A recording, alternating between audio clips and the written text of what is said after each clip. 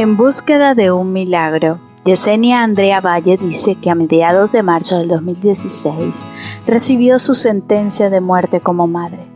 Y esta es la historia que conoceremos hoy aquí en Diégesis, historias reales. Ese día, cuenta la dominicana, le dieron la peor noticia que un padre puede recibir, pues su hija, esa parte de ella, tenía una enfermedad rara y que le daban unos pocos años de vida. Una semana antes, Isabel, la hija de Yesenia, había sido ingresada en un hospital de Madrid luego de más de un año de chequeos, tratamientos y diagnósticos fallidos para unos síntomas que nadie sabía explicar. Poco antes de que la niña fuera finalmente diagnosticada, en una extraña coincidencia, Yesenia se encontró con otra mujer dominicana en el mismo hospital en España, pues ella estaba allí con su hijo, que estaba en muy malas condiciones, comía por el estómago, tenía la boca muy abierta, los puños agarrotados, muy bajo de peso. Entonces le preguntó a la otra mujer que tenía su hijo. Una enfermedad que acumula hierro en la cabeza, le respondió. Le dicen PECAM. La otra dominicana también le preguntó por qué estaba allí, qué tenía su niña. Y Yesenia le respondió que no se sabe. Parece que quizás como juega fútbol se ha caído y los médicos creen que podría tener una lesión pequeña en el cerebro porque se cae demasiado. Poco después, el especialista que atendía a Isabel llamó a Yesenia a su despacho. Allí le dicen que han visto algo en su resonancia que parecía un ojo de tigre, que todo indicaba que Isabel tenía una enfermedad que se llama PECAM. Ahí se cayó de la silla, empezó como a convulsionar. El médico se sorprendió de que la mujer supiera de qué se trataba lo que él estaba hablando. Fue una casualidad tremenda que los dos únicos casos de esa enfermedad en Madrid se encontraran aquel día en la misma planta de aquel hospital y que los dos fueran niños dominicanos. Yesenia cuenta que después de aquella coincidencia y del diagnóstico, su vida no ha vuelto a ser igual. Ese fue el día que sintió que Dios le había dicho que mirara a ese niño, que eso era lo que le venía, así que se moviera. Y ella comenzó a moverse, porque ella no podía quedarse de brazos cruzados hasta ver que su niña se ponía de esa manera. Algo tenía que hacer. Desde ese entonces, durante días, noches y meses, buscó incansablemente alternativas potenciales, remedios y casos similares por todo el mundo. En su larga búsqueda, no solo logró ralentizar la progresión de la enfermedad de su hija, algo impensable para la mayoría de los casos de PECAM, sino que descubrió también una tragedia oculta en la parte más profunda y pobre de su país, República Dominicana. La PECAM o neurodegeneración asociada a pantotenato quinasa es considerada una enfermedad rara, muy poco frecuente, caracterizada por una degeneración progresiva del sistema nervioso por una acumulación de hierro en el cerebro. Es una de las 11 variantes de la llamada enfermedad neurodegenerativas por acumulación cerebral del hierro, EDNAT, un grupo de trastornos neurológicos de origen genético. Esa acumulación de hierro en las neuronas, las células cerebrales, es nefasta porque provoca que se mueran. Y al morir las células de nuestro sistema nervioso central, los pacientes comienzan a experimentar la pérdida de distintos tipos de habilidades. José Antonio Sánchez Alcázar, quien lidera el equipo de investigación de la enfermedad en la Universidad de Pablo de Olavide en Sevilla, normalmente la acumulación de hierro tiene lugar en sitios concretos del cerebro y esto hace que en la mayoría de los casos se traduzca a una pérdida de movimientos o en unas contracciones involuntarias de los músculos.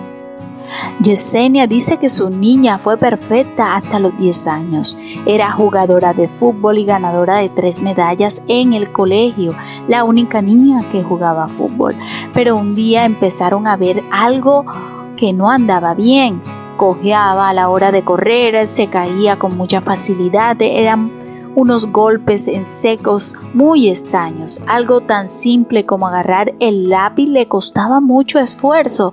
Comenzó a hablar como muy rápido.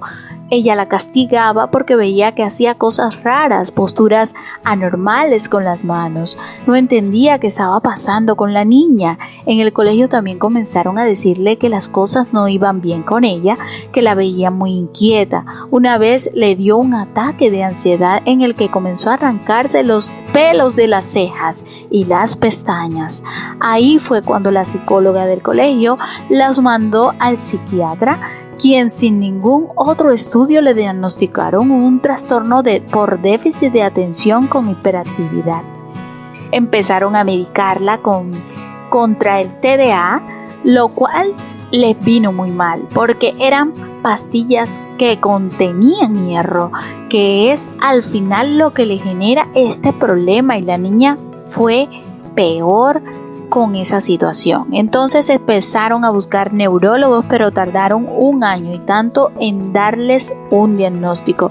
Fueron tiempos muy duros porque cuando comienzan a leer sobre la enfermedad y la mutación del PECAM, todo lo que ves es demoledor. Muerte, calidad de vida desmejorada, no hay cura, no hay tratamiento, no hay nada. Cuando la enfermedad rara le toca a tu hija, te vuelves loco. Le dijeron, disfrútela en lo que queda junto a ella. Le daban como máximo 10 años de vida. Pero Yesenia no se resignó a ese diagnóstico. Le decían que eso era lo que hay, pero ella se dijo, no es lo que hay. Y ella se lo iba a demostrar. Y ahí empezó su lucha. Yesenia cuenta que tras el diagnóstico juntaba las noches con los días sin poder dormir en búsqueda de una respuesta. Estuvo buscando científicos por todos los lados, desde Oxford, de Estados Unidos. Ella sentía que el tiempo pasaba y estaba batallando contra el mundo y contra lo que le decía la ciencia. Ella recuerda que en ese entonces tenía la casa como una loca, llena de papeles y de pizarras, dibujos de cerebro, células y tablas. Buscaba todo lo que hubiera sobre la enfermedad. Se volvió una experta en todo lo que va desde la mitocondria al sistema nervioso para saber qué era lo que pasaba dentro de su hija, por qué ella. Ahí fue cuando aprendió de esa enfermedad, la causa, un gen recesivo, o sea que se necesita que lo tengan los 2 padres. Tuvo la mala suerte de ser dominicana y tener ese gen y de cruzar el charco y casarse con un español que también lo tenía y que había fallecido algunos años antes. Una tarde, mientras revisaba obsesionada su computadora, vio un resultado de búsqueda que mencionaba varias palabras: Sevilla, investigadora, acumulación cerebral de hierro. Llamó el número que aparecía, un número fijo en la ciudad del sur de España. Daba timbres largos y nadie respondía. Ya cuando se disponía a colgar, oyó una voz y cuenta que no sabía qué decir. Y relata que quería explicarle todo en 3 segundos, pero las palabras y las lágrimas no la dejaban hablar. Solo le pedía que por favor no le colgara. Luego de escucharla, Sánchez Alcázar le explicó que él era un investigador y que estaba trabajando en un estudio clínico sobre la enfermedad, pero que aún estaba en una fase muy incipiente. Le preguntó que si cree que esto le puede arreglar, que haya algo que se pueda hacer, y él respondió que sí y creía que había algo que podían hacer. Yesenia dice que fue la primera vez en muchos años que pudo dormir sin pastilla. Sánchez Salazar cuenta que su equipo siempre trabajó con enfermedades raras y que comenzaron a interesarse en las EDNAs luego de que las contrataran Antonio López, quien había creado una fundación para apoyar las investigaciones sobre PECAM, dolencias que padecen sus 2 hijas. Básicamente, el principio que ilumina sus aproximaciones es buscar tratamientos personalizados en dependencia del tipo de mutación que tengan los pacientes. Así fue como pasaron a diseñar también un tratamiento personalizado para esta enfermedad rara. En las etnas empezaron por lo típico, que es la acumulación de hierro. En las células de la piel de estos pacientes también es posible detectar esa acumulación, por lo que se hizo relativamente fácil realizar un cribado de principios farmacológicos que eliminaran el hierro y que pudieran ayudar a los pacientes, indica el experto. Isabel fue de las primeras que recibió el tratamiento experimental basado en fármacos existentes en el mercado. Su hija en ese momento iba en una progresión muy rápida de la enfermedad, ya casi no podía caminar, y ese tratamiento les cambió la vida a las 2. Los temblores, las posturas agarrotadas se perdieron. Volvió otra vez a jugar, cuenta Yesenia. Fue un riesgo que tomó. El estudio era un experimento, no se garantizaba nada. Es muy duro dar a tu hijo para que experimenten, pero ella no tenía más nada. O la ciencia o nada. Ella solo tenía 2 opciones, o nadaba o se ahogaba. Y ella decidió nadar. Tras conocer a los investigadores y a los miembros de la Fundación ENAT, Yesenia se puso como tarea visibilizar otros casos de la enfermedad en el mundo. Creó varias páginas de Facebook y continuó su búsqueda de casos e investigaciones sobre el mal. A medida que otros padres se sumaban y reportaban los casos de sus hijos, comenzó a darse cuenta de un dato familiar e inusual. Para ser una enfermedad rara, en la que solo hay unos pocos casos entre millones de habitantes, había un número particularmente alto en un país, República Dominicana. Era muy raro porque empezaron a aparecer casos y casos de un sitio en particular, que es de donde ella era también, que es la región del sur. Se puso a contactar gente allí y llamó expertos y médicos, pero nadie sabía nada. Entonces pensó, ¿y qué si aquella coincidencia en aquel hospital de Madrid no había sido tal coincidencia, sino algo más que pasa entre los dominicanos? En esa búsqueda fue que comenzó a escribirle a una hematóloga llamada Liliana Croin, que tiene trabajos en esa región, la provincia de Barahona. Ella no sabía nada tampoco de los casos, aunque había trabajado allí. Ninguna autoridad, nadie en Dominicana sabía que eso estaba pasando. Sin embargo, Liliana le dijo que viajaría de Santo Domingo a la zona para investigar lo que Yesenia le contaba. Liliana le contó a BBC Mundo que no había escuchado antes de la enfermedad ni de casos de ese tipo en el sur del país. Como hematóloga sí había lidiado muchas veces con numerosos pacientes en la zona con hemofilia, pero lo que comenzó a ver aquel fin de semana le hizo darse cuenta que algo raro estaba sucediendo. Se percató de que había un gran número de familias que tenían niños con síntomas de la enfermedad que se habían descrito. Yesenia eran casos más y más casos. Niños limitados a sillas de ruedas en condiciones muy tristes en las que los padres los tienen allí hasta que llegan sus últimos días, porque no hay ningún tipo de medicamento que solucione mejor el problema. Muchos no saben ni qué tienen realmente. Desde entonces, Liliana y Yesenia comenzaron a trabajar juntas con la Fundación ENAT y el equipo de investigadores de Sevilla para investigar lo que sucedía en República Dominicana e intentar ayudar a los padres de los niños enfermos. Aunque no existan cifras oficiales, los expertos sospechan que la nación caribeña es el lugar con más casos de ENAT en el mundo. Según publicaciones médicas, la prevalencia de enfermedad es de 1 a 3 individuos por millón de habitantes.